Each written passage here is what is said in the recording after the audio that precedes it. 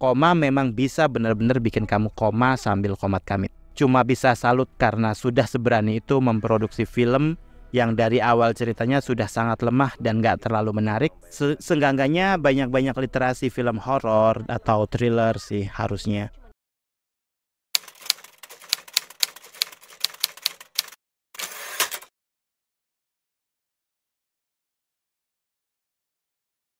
Yang konon banyak misteri yang belum terpecah. Salam sinema sahabat sinemalogi. Koma Berhenti Sebelum Mati adalah film drama misteri yang disutradarai Kim Jun. Film ini dibintangi Andi Viola, Emiliano Cortizo, Nadia Yasmin, Robert Chaniago Timur, dan lain-lain. Film ini bercerita tentang 3 konten kreator yaitu Karin, Nita, dan Ronu yang terjebak dalam situasi konflik sesama mereka saat melakukan pembuatan konten medsos di Gunung Dempo, Sumatera Selatan. Kemunculan Kevin yang diperankan Emiliano Cortizo, pemuda misterius yang tiba-tiba hadir menjadi penyebab dari semua huru-hara. Keanehan dan teror kerap dialami ketiganya hingga kesalahpahaman di antara mereka membuat Nita dan Ronu berniat menghabisi nyawa Karin. Ketiganya terjebak dan tak pernah sadar sedang berkonflik di alam koma. Siapakah Kevin, pemuda misterius yang muncul membantu mereka? Kenapa mereka koma? Sepertinya bakal menjadi pertanyaan yang seharusnya tidak perlu dijawab. Kalian bisa membantu kami dengan klik tombol Super Thanks di bawah video. Kami akan sangat berterima kasih atas berapapun nominal saweran yang kami terima. Kesalahan terbesar Koma adalah film ini nggak memberikan banyak lansekap ciri Sumsel dengan begitu nyata. Seandainya dialog film ini menggunakan bahasa daerah setempat, ya minimal bahasa campuran, saya sebagai penonton mungkin bisa notice, oh film ini tentang orang Sumsel, oh bahasanya lain nih, oh pasti film ini bukan film orang Jakarta nih. Film Koma mengabaikan itu dan dengan pedenya was-was sok jaksel, ngobrol sana sini ngomongin konten yang dari awal film pun sampai akhir gak ada satupun hasil dari kontennya. Bayangkan aja ya, kamu ke gunung hiking untuk bikin konten yang kita sebagai penonton itu gak paham sebenarnya konten apa yang mereka bikin selama ini ya. Ambil contoh film Keramat 2. Mereka nih konten nih si Keanu sama si Lutesha itu kalau gak salah. Dan mereka jelas ada gambaran kalau mereka memang bikin konten dan mereka adalah konten kreator. Ada konflik yang terjadi di situ dan it's all about konten gitu kan. Ceritanya hidup dan kontennya tuh terasa beneran konten real dan itu berbeda banget dengan film Koma ini. Ya mungkin agak susah sih ya compare antara film Koma dengan Keramat 2 ya, perkara perkontenan ya. Ini bolak-balik ngomongin konten tapi wujud dari kontennya sendiri tuh nggak jelas, nggak ada. Ya memang sih sudah dijelasin bahwa konten mereka ini adalah konten gimmick horor yang settingan yang sangat nggak realistis juga sih sebenarnya dan terlihat ngasal banget ala kadarnya. Jadi dari awal film sudah dihancurkan sendiri storyline-nya oleh gambar-gambar yang nggak mengesankan sama sekali. Banyak scene-scene koplo, banyak scene-scene koplo dong.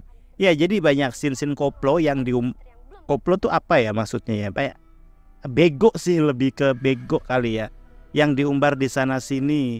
Filmnya tuh udah mulai absurd di saat semuanya kebingungan karena muncul sosok misterius yang menjadi sumber pertikaian mereka bertiga.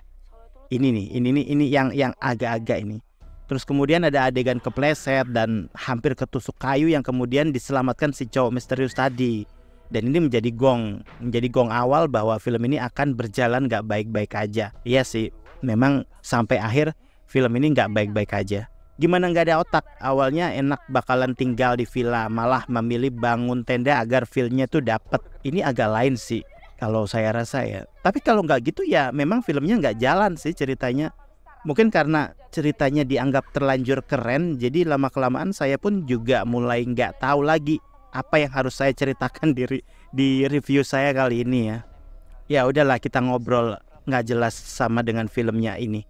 Film Koma tidak memiliki kelebihan yang bisa saya temukan di sepanjang film ini. Pemandangan lanskap yang ya sebenarnya begitu-begitu aja juga nggak membantu banyak. Visual efek bayangan hitam yang muncul pun itu juga sebenarnya nggak membuat saya terpancing ya dengan ketegangan yang sebenarnya ingin dimunculkan ya. Karena nggak tegang sama sekali. Belum lagi soal efek-efek danau merah yang terasa sekali pewarnaannya yang ala kadarnya banget. Sebenarnya kalau dipikir-pikir, saya ini sudah buang-buang waktu dengan menonton film ini sampai selesai ya. Saya tuh nggak menemukan sesuatu yang bisa saya simpan di memori kepala saya. Dan film ini nggak memberikan sesuatu yang baru. Apa yang ada di benak pembuatnya ini saya benar-benar nggak tahu, nggak ngerti kenapa bisa bikin film kayak gini.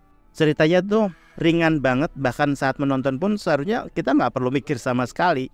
Justru film ini malah bikin saya kepikiran, kok bisa gitu ya, bisa bikin film dengan cerita yang sangat mencengangkan seperti ini. Amazing banget. Awalnya saya mencak-mencak nih saat sosok pemuda misterius yang ngakunya warga setempat ini yang diperankan oleh Emiliano Cortizo yang notabene adalah bule.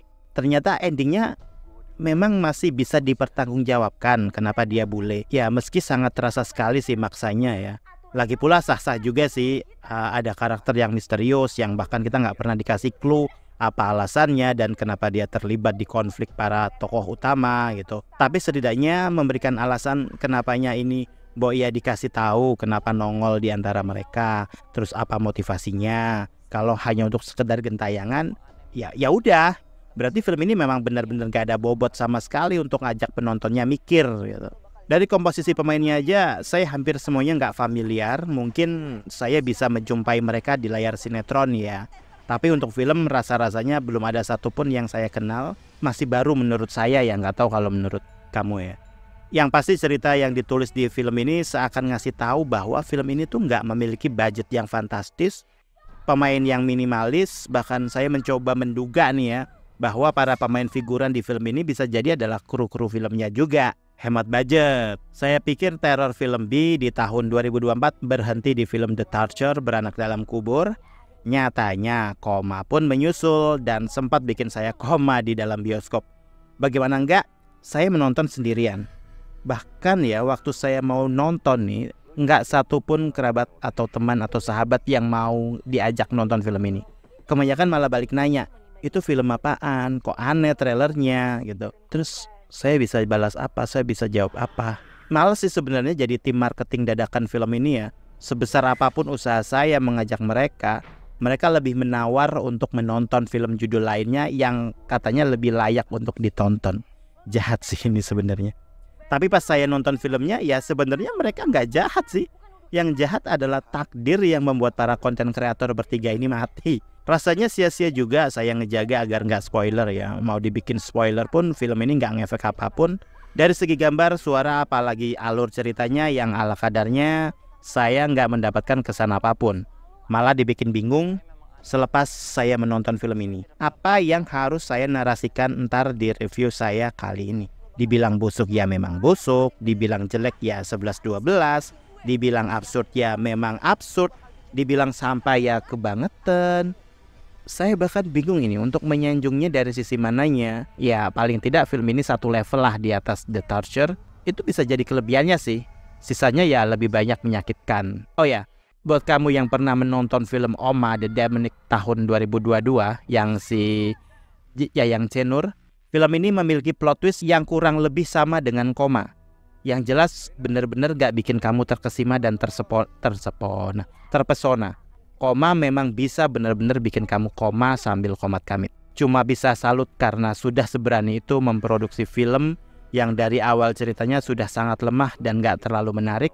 Seenggaknya banyak-banyak literasi film horor atau thriller sih harusnya. Hal paling sederhana yang sangat menunjukkan sekali kalau film ini kekurangan budget, tonton aja saat scene siksaan tombak gilotin itu. Itu bener-bener anjir mampus banget. Permainan emosi para pemain juga nggak sync. Ya sebenarnya menyebalkan sih melihat aktor yang memainkan perannya tapi tidak memperhatikan perubahan emosi selama sepanjang film berlangsung. Ya kayak nonton orang-orang stres sih. Dan yang bikin saya bete 100%, ending filmnya ini menggunakan AI untuk memberi kesan transformasi hantu yang menyeramkan. Bukan yang ngeri, saya jadinya ilfeel. Harusnya scene AI itu nggak perlu. Film hanya akan semakin terlihat tolol dan konyol sih. Beneran. Tapi menurut saya personal, saya nggak terlalu setuju dengan AI. Kayaknya sudah sih, saya sudah kehabisan kata-kata, jadi dipaksakan lagi pun juga percuma. Yang ada ntar malah saya yang jadi koma beneran. Dan pada akhirnya, Koma Berhenti Sebelum Mati adalah film drama thriller misteri yang tahun ini saya nggak menyarankan untuk ditonton. Tapi kalau masih maksa ya udah tonton aja gitu. Itu pun kalau masih tayang ya di bioskop. Besok-besok mesti dipertimbangkan lagi dan dimatangkan lagi sebelum membuat film. Demikianlah video reaksi dari film Koma Berhenti Sebelum Mati yang sudah tayang di bioskop, tapi nggak tahu sampai kapan. Silahkan like, komen, dan subscribe kanal ini. Cek juga akun-akun media sosial Sinemalogi. Dan jangan lupa bersinema dahulu, berbahagia kemudian.